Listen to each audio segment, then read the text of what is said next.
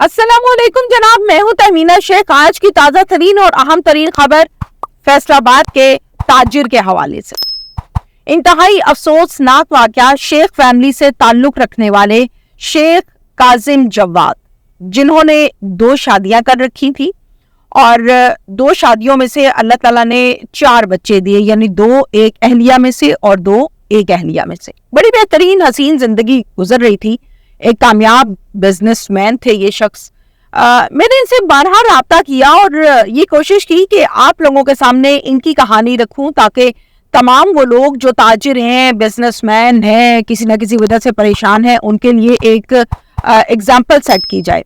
लेकिन ये family media पर आने के लिए बिल्कुल भी तैयार नहीं थी। जाहिर है हम किसी के साथ जबरदस्ती नहीं कर सकते, हम सिर्फ रिक्वेस्ट कर सकते हैं कि जनाब आप आए, दरखास्त कर सकते हैं, लेकिन दरखास्त के बाद जबरदस्ती का रवैया इख्तियार नहीं कर सकते। फिर मैं खुद फैसलाबाद गई और जाके मैंने डिटेल्स वहां से इकट्ठी की। तमाम डिटेल्स इस फैमिली से मैं मिली, इनको एतमाद में लिया, इनसे बातचीत की और फिर उसके बाद मैं ये वीलॉग जो आप लोगों के सामने कर रही हूँ, आप ये सुन रहे हैं क्योंकि मैं वहां पर गई थी। जाकर मैंने तमाम डिटेल्स ली हैं। कुछ लोग ये तासुर दे रहे थे इस फैमिली के हवाले से कि 2 बीवियां थी, शायद इस वजह से इनका झगड़ा था और इस वजह से ये कत्लो गारत हुई है। कुछ लोग ये तासुर दे रहे थे कि बिजनेस में लॉस हो गया है, जिसकी वजह से ये मसला बन गया है और सारी सिचुएशन आपके सामने है। अब असल जो रियलिटी है वो मैं आप लोगों के सामने रखूंगी। सबसे पहले आप जाने वाले इस शेख काजिम जवाद की ये ऑडियो सुनिए, ये वॉइस नोट सुनिए जो इन्होंने अपने दोस्त को किया है, फिर आगे चल।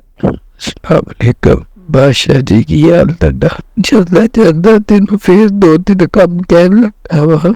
ऐस मौके ऐस वक्त इंसान जिन्हें बहुत दिन के करीब समझदा और नहीं कर सकता। मेरे को गलतियां कोताही हुई है, मैनू माफ कर देगी। मेरी न ते छब्बो कब्रिस्तान दे विच मेरी जगह रखी हुई है, लेकिन एक रिक्वेस्ट है, कोई जो मर्जी करे रूम ते मूसा मेरे नाल कमरे च पारा कट्टे ने कमरे बना। वो बच्चे 28-3 साल तो मैं उन्होंने बच्चे ने नाल नहीं बैठा। वो बहुत तरसे हुए सी, रोज कहते थे बाबा हमारे पास हो, मेरी सोपत दी बादशाह मेरी कमर दा मेरे कमर दा खर्चा नहीं पा रहा, बहुत तकलीफ 4 रुपए होने की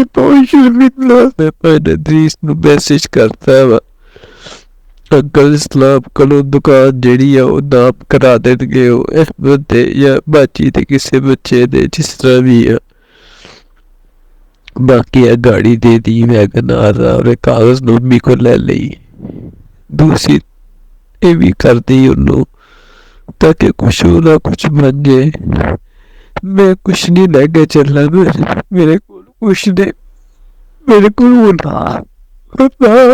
फैसले बस अल्लाह तेनू सलामत रखन, मेरा भी ख्याल रखी।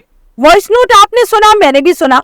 अब इस वॉइस नोट को हम देखें तो यहाँ से हमें काफी हद तक अंदाजा हो जाता है कि काजिम जो है वो किस माइंडसेट का आदमी था। जो मैंने उनसे बातचीत की उसमें ये था कि आज से 3 साल पहले, जैसे मैंने आपको आगाज में बताया कि इन्होंने 2 शादियां कर रखी थी, अलग-अलग दोनों बीवियां रहती थी। दोनों बीवियों में से अल्लाह ताला ने 2-2 बच्चे दिए थे। तमाम बच्चे इंतहाई खूबसूरत और अपनी अपनी उम्र के मुताबिक अच्छी एजुकेशन ले रहे थे। एक बेटी माशाल्लाह से MBBS कर रही थी, जो कि अब हम में नहीं है, इस दुनिया में नहीं है।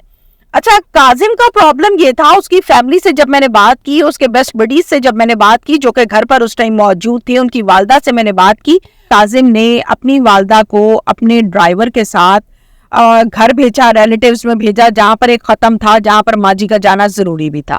अच्छा, जाते हुए माजी से मिले हैं, एक सूट था, कहा कि अगर ये आपको पसंद है अम्मी तो ये आपसे ला लें, अगर आपको नहीं पसंद है तो बहन को दे दें।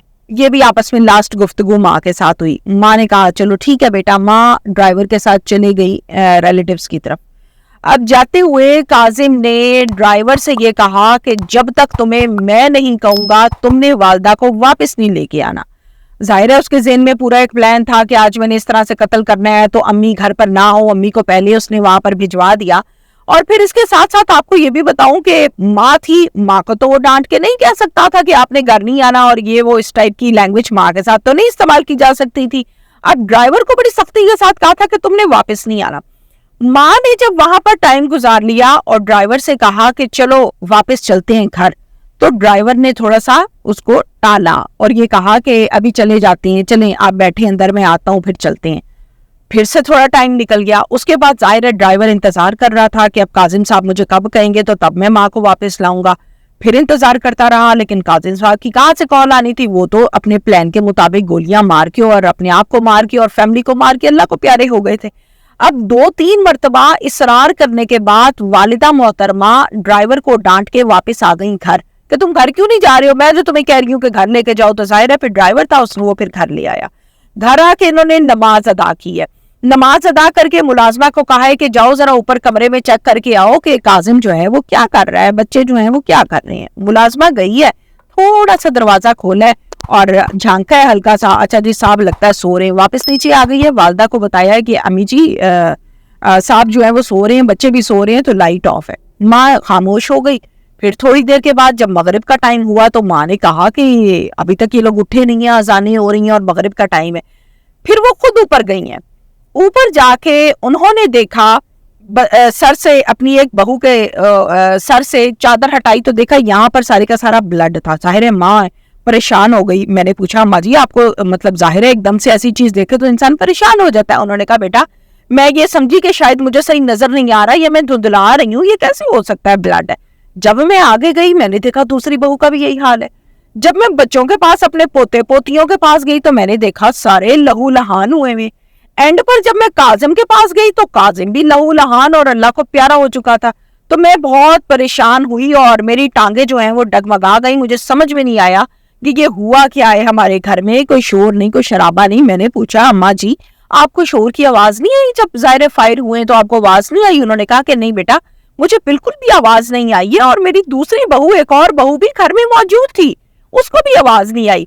یہی سوال جب میں نے پولیس کے سامنے رکھا کہ شور کی آواز کیسے نہیں آئی, یہ کیا بات ہوئی, تو انہوں نے کہا کہ میڈم ہم نے اس کمرے سے گولیوں کے خول برآمد کیے ہیں, پسٹل برآمد کی ہے, اور وہ ہم کھیس کہہ لیں اسے, چادر کہہ لیں اسے, ایسی بلینکٹ کہہ لیں اسے, موٹی سی ہوتی ہے وہ, اور تکیے کا استعمال کر کے کاظم نے فائر کیے ہیں. یعنی پسٹل کو رکھا ہے اس نرم تکیے اور چادر میں اور پھر فائر کیا ہے. اس کی وجہ کیا ہے کہ اس سے شور نہیں ہوگا, شور نہیں ہوگا تو باقیوں کو پتہ نہیں چلے گا کہ گولیاں چلی ہیں. میں نے جب پولیس سے یہ سوال کیا کہ اس نے فائر کیا ہے تو بے شک تکیہ تھا یا چادر تھی جو بھی تھا, اس سے بالکل آواز باہر ہی نہیں آئی.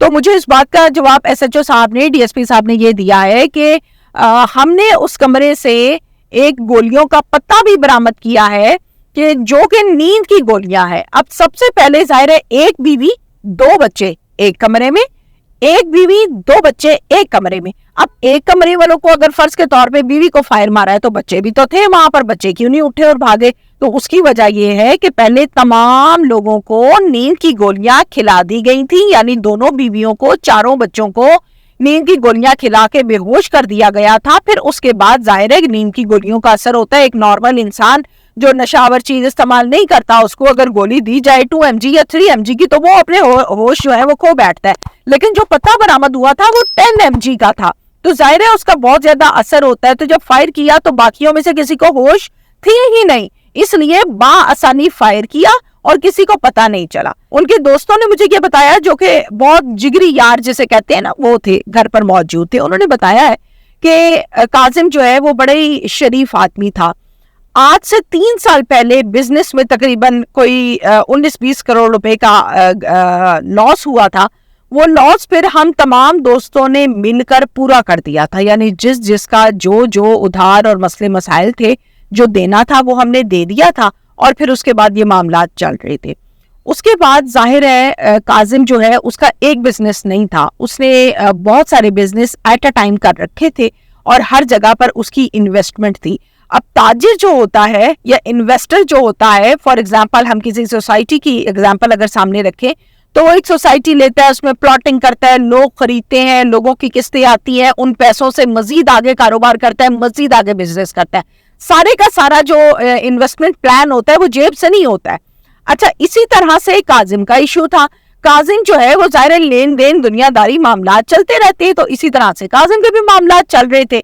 लेकिन बदकिस्मती हमारे यहाँ ये हो गई कि काजिम ने फिर से जो बिजनेस स्टार्ट किया 19-20 करोड़ के लॉस के बाद, कवर होने के बाद, जो इधर उधर एतबार किया, जो लोगों के दिए, जो दोस्तों को दिए, लोगों के रवैयों से तंग आ गया।